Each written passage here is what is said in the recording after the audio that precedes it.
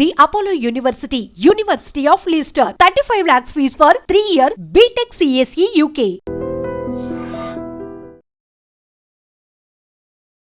నమస్తే, నా పేరు ఎన్ సుబ్రహ్మణ్యం, ఆయుర్వేద స్పెషలిస్ట్, అమృతం ఆయుర్వేదిక్ హాస్పిటల్. చాలామంది బలహీనత అంటే ఏ బలహీనత అండి? పురుషుల్లో లైంగిక బలహీనత. ఈ సమస్య గురించి మాకు మరింత సమాచారం అందించండి అని కొన్ని చోట్ల అడుగుతున్నారు, ఫోన్లు చేస్తున్నారు. అసలు ఈ లైంగిక సమస్యలు ఎందుకు వస్తాయి? మీరు ఆరోగ్యకరంగా ఉండడానికి ఏ ప్రయత్నం చేస్తున్నారు? ఈ లైంగిక సమస్యలు రాకుండా ఉండాలంటే మీ ఆరోగ్యాన్ని ఎంత బాగా కాపాడుకుంటున్నారు? ఇక్కడ ఒక్కటి వినండి. ఎవరికైనా ఏదైనా సమస్య వచ్చి, అంటే అనారోగ్య సమస్య ఎలాంటిదంటే షుగర్ కావచ్చు, బీపీ కావచ్చు, థైరాయిడ్ కావచ్చు, లేదా ఇంకేదైనా అజీర్ణం కావచ్చు, గ్యాస్ ట్రబుల్ కావచ్చు. చివరికి మీరు గ్యాస్ ట్రబుల్కి మందులు వేస్తున్నారు అని అంటే మీ యొక్క శరీరంలో మీ యొక్క రోగనిరోధక శక్తి తగ్గిపోతుంది, మీ శరీరంలో లైంగిక శక్తి తగ్గిపోతుంది. మీరు ఎప్పుడైతే ఆ మందులు వాడడం మొదలుపెట్టారో అక్కడి నుంచి మీరు రోజు రోజుకు క్షీణించిపోయి ఒక సంవత్సరంకో 2 ఏళ్లకో అసలు నాకేం పని చేయటం లేదండి, లైంగికంగా నేను బలంగా లేకుండా పోతున్నాను, ఇంట్లో చాలా రకాల గొడవలు వస్తున్నాయి, లేకపోతే ఇంకేదైనా సమస్యలు, ఇలా చెప్పాల్సిన సమస్యలు కావవి, ఇలా చెప్పుకునే అవకాశాలు అయితే ఉన్నాయి. అందుకని మీరు ఏం చేస్తున్నారు? మీరు కాపాడుకోవడానికి మీరు స్వయంగా ప్రయత్నాలు ఏం చేస్తున్నారు అనేది చాలా ముఖ్యం. చూడండి, ఆయుర్వేద జీవన విధానాన్ని ఆచరించడం ద్వారానే మనం రోగగ్రస్తం కాకుండా కాపాడుకోవచ్చు. ఇది మొట్టమొదట తెలుసుకోవాల్సిన ఒక ముఖ్యమైన పాయింట్. అసలు మరి ఆ జీవన విధానం ఏంటి అంటే మంచి ఆహారం. ఆ మంచి ఆహారాన్ని మీరు ఎప్పటికప్పుడు ఫ్రెష్గా సేకరించుకొని తినడం, ఇవి అవసరం అవుతుంది. కొన్ని మాత్రమే స్టోర్ చేసుకొని తినే ఉంటాయి, గింజ ధాన్యాలు స్టోర్ చేసుకొని తినే ఉంటాయి. అదే మీరు స్టోర్డ్ ప్యాక్డ్ ఫుడ్ అంటే ఆకుకూరలతో కానీ, కూరగాయలతో కానీ, పళ్ళుతో కానీ చేసినవి ఏవైనా ఈ ప్యాక్డ్ ఫుడ్ని మీరు తింటున్నారు అని అంటే మీ యొక్క లైంగిక శక్తి తగ్గిపోతుంది. ఇది బాగా గుర్తుపెట్టుకోండి. ఎందుకంటే మనం చేసే తప్పుల వల్ల కొన్ని సమస్యలు వస్తాయి. ఎందుకంటే నా దగ్గరకు వస్తారు, మందులు అడుగుతారు, మందులు ఇస్తాం, నాకేం పని చేయలేదండి, మీరు ఇచ్చారు అస్సలు ఏం పని చేయలేదు, వృధా అయిపోయింది అని అంటుంటారు.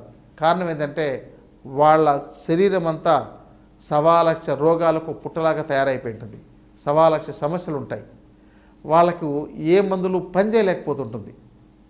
అందుకని మీరు ఇలా చేసుకోండి అనగానే చాలామంది ఆ సగంలోనే ఆగిపోతున్నారు. ఒక శోధన చికిత్స చేసుకొని తర్వాత మందులు వాడండి అంటే లేదు. ఇంకొకటి ఏంటంటే తొందరగా ఫలితాలు వచ్చేయాలని అంటున్నారు. అలాంటి వాళ్లకు కొన్ని పవర్ఫుల్గా ఇవ్వాల్సి వస్తుంది. అప్పుడు వాళ్ళకు డబ్బులు ఎక్కువ ఖర్చు పెడతారు. ఆ ఖర్చు పెట్టినా సరే దాంతో ఫలితాలు రావటం లేదు. రానప్పుడు ఏమవుతుందని అంటే డబ్బులు వృధా అయిపోతున్నాయని చెప్పని అక్కడితో ఆగిపోతుంటారు. అందుకని మీరేం చేయాలంటే చిన్న చిన్న చికిత్సలతోనే మొదలు పెట్టాలి. అంటే ముందు మీరు మీ శరీరాన్ని శుద్ధి చేసుకోవడం, అంటే లోపల చెడు పదార్థాలు పేరుకుపోయిన వాటినన్నిటినీ ముందు మీరు బయటికి పంపించి మీ శరీరంలో ఉండే ప్రతి కణజాలము యవ్వనంగా, ఉత్సాహంగా, ఆరోగ్యకరంగా, మంచి రోగ నిరోధక వ్యవస్థను కలిగి ఉండే విధంగా మీరు తయారు చేయగలిగితే అప్పుడు మీకు లైంగికంగా ఏ ఔషధాన్ని వాడినా కూడా మీ శరీరం సపోర్ట్ చేయగలుగుతుంది. లేకపోతే మీకు ఈ మందులు ఏవి ఇచ్చినా, అంటే నేను వాడండి, ఇది వాడండి, సఫేద్ ముసలి వాడండి, అశ్వగంధ వాడండి, కౌంచబీజాలు వాడండి, ఖాళీ ముసలి వాడండి, నేలతాడు దుంపలు అంటారు, వీటిని వాడండి అని అంటే ఇవన్నీ పనిచేసేవే. కానీ కొంతమందిలో బాగా పనిచేస్తున్నాయి, కొంతమందిలో పనిచేయడం లేదు. కారణం ఏంటంటే వాళ్ళ శరీరం దాన్ని ఉపయోగించుకోవడానికి అనుకూలంగా లేకుండా పోయింది. మరి ఏదైనా చికిత్స చెప్తే అమ్మో మాకు చేసుకోవడానికి సమయం లేదండి, కనీసం చివరికి రోజు ఆయిల్తో మర్దం చేసుకొని స్నానం చేయండి, ఒక్క పావు గంట కేటాయించండి అంటే అది కూడా చేసుకోలేకపోతున్నారు. మరి ఇలాంటి వాళ్లకు కేవలం మందులతో ఎలా అద్భుతంగా చేయగలుగుతాం? మీరు ఈ విషయాన్ని బాగా దృష్టిలో పెట్టుకొని ముందు మీ శరీరాన్ని ఆరోగ్యకరంగా కాపాడుకోవడానికి మందులతో వాడడం కాకుండా, అంటే నేను అనేది ఏంటంటే ఈ యొక్క కెమికల్స్తో తయారు చేసిన మందులు, మీరు సహసిద్ధంగా మీకు జ్వరం వచ్చింది, మంచి తిప్పతీగ వాడండి, మంచి నేల ఉసిరి వాడండి, లేకపోతే నేల వేము వాడండి, ఎంత అద్భుతంగా తగ్గుతుంది. అవి తగ్గడమే కాకుండా మీ శరీరాన్ని ఆరోగ్యకరంగా చేయగలుగుతాయి. మీ శరీరంలో దోషాలు పేరుకోకుండా కాపాడగలుగుతాయి. ఇంకోటి అంటే మీరు రోజు ఆహారం తీసుకుంటే అవి జీర్ణమయ్యి ఉపయోగపడి వృధా పదార్థాలు ఎలా బయటకు వెళ్ళిపోతాయో, మీరు ఏ పదార్థం తీసుకున్నా మీ శరీరం ఉపయోగించుకొని ఆ వృధా అయ్యే పదార్థాలు బయటకు వెళ్ళేటట్టు చేసుకోవడం సరైన విధానం. ఇది చేసుకోకుండా మొత్తం నింపుతూ పోతూ ఉంటే, అన్ని మందులు వేసి మీ పొట్టలో నింపేస్తూ ఉంటే, మీ శరీరంలో ఇవన్నీ పేరుకోపోతే, ఇదంతా కూడా ఒక 100 రకాల గింజల్ని మొత్తం ఒక గంపలోకి వేసేస్తే కలగూర గంప ఎలా అయిపోతుంది, తర్వాత దాన్ని వేరు చేయలేం. అలా మీ శరీరం తయారైపోతే అప్పుడు మీకు ఏ మందులు ఇచ్చినా ఎలాంటి పదార్థాలు ఇచ్చినా పని చేయవు. ఇది బాగా గుర్తుపెట్టుకోండి. అందుకని మీరు ఎంత సంపాదించాలనుకున్నా ఆరోగ్యం మీద కొంతైనా మీరు దృష్టి పెట్టగలిగితేనే ఈ లైంగిక శక్తిని పెంచుకోవడానికి అవకాశం ఉంటుంది. లేకపోతే మీరు ఇక్కడ ఈ డాక్టర్ సుబ్రహ్మణ్యం గారు బాగాలేదు, ఇంకో డాక్టర్ దగ్గరికి వెళ్ళారు, ఆయన ఇచ్చింది బాగాలేదు, ఇంకో దగ్గరికి వెళ్తారు, ఇంకొక వాళ్ళు ఏదో చికిత్స చేశారు, అక్కడ బాగాలేదు. మళ్ళీ ఆ తర్వాత మీకు ఏం చేసుకోవాలో ఒక ప్రశ్న మిగిలిపోతుంది. అంటే అప్పుడు డాక్టర్లు మోసం చేశారా, లేకపోతే మీరు వేసుకున్న మందులు బాగాలేదా, లేకపోతే మీరే బాగాలేదా? ఇక్కడ ఏంటంటే మీకు ఆరోగ్యకంగా తయారు చేయడానికి మీకు చిన్నపాటి మీ యొక్క రుచి తెలుసుకోగలిగే, మీ నాలుకలో రుచి తెలుసుకోగలిగే గుణం ఉన్నప్పుడు కొద్దిగా ఇచ్చినా కూడా ఆ టేస్ట్ వెంటనే గుర్తుపట్టగలుగుతారు. మీ నాలుకలో టేస్ట్ బడ్స్ అనేది లేకపోతే మీకు చాలా ఇచ్చినా కూడా దాంతో కారం తెలియలేదండి, నాకు తీపి తెలియట్లేదని అంటుంటారు. అందుకని కొంతమంది టీ తాగితే, కొంతమంది ఒకే టైప్ టీ ఇస్తే కొంతమంది నాకు షుగర్ ఎక్కువ ఉందంటారు, కొంతమంది తక్కువ ఉందంటారు. అంటే ఏంటి, టేస్ట్ బడ్స్ కూడా సక్రమంగా పనిచేయట్లేదు. అట్లాగే లోపల ప్రతి ఆర్గాన్లోని వాటి యొక్క విధానం కూడా మారిపోయి ఉంటుంది.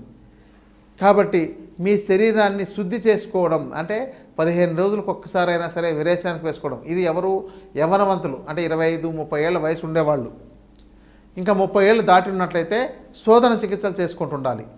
ఈ విరేచన చికిత్స అంటే కేవలం అంటే విరేచనం అంటే 15 రోజులకు ఒకసారో, 20 రోజులకు ఒకసారో, నెల రోజులకు ఒకసారి అయినా సరే ఏదైనా విరేచనానికి అంటే ఒక మనకు విరేచనాలంటే 3 రకాలు ఉంటాయి. మృదు విరేచనము, మధ్యమ విరేచనము, తీవ్ర విరేచనం. అంటే తీవ్ర విరేచనాలు ఒక 5-6 సార్లు విరేచనాలు అయిపోవాలి, మొత్తం మీ పొట్టంతా ఖాళీ అయిపోవాలి. మీ శరీరంలో పేరుకున్న మలినాలన్నీ, ఆ యొక్క దుర్వాసన వచ్చే పదార్థాలన్నీ కూడా బయటకు వెళ్ళిపోవాలి. అంటే మీరు విరేచనానికి వేసుకున్నప్పుడు మీ మలం దుర్వాసన వస్తుందంటే మీరు అనారోగ్య సమస్యతో, లేకపోతే మీరు ఆరోగ్యంగానే ఉండొచ్చు, కానీ లోపల మీ యొక్క ఆర్గాన్స్ అనారోగ్యంగా తయారవుతున్నాయని అర్థమని చెప్పొచ్చు. అంటే మీకు సాధారణ భాషలో అర్థమయ్యే విధంగా చెప్తున్నా. ఈ యొక్క టాక్సిన్స్ అంటారు దీన్ని. ఈ టాక్సిన్స్ని ఎప్పటికప్పుడు మీ శరీరం నుంచి బయటికి పంపిస్తుండాలి.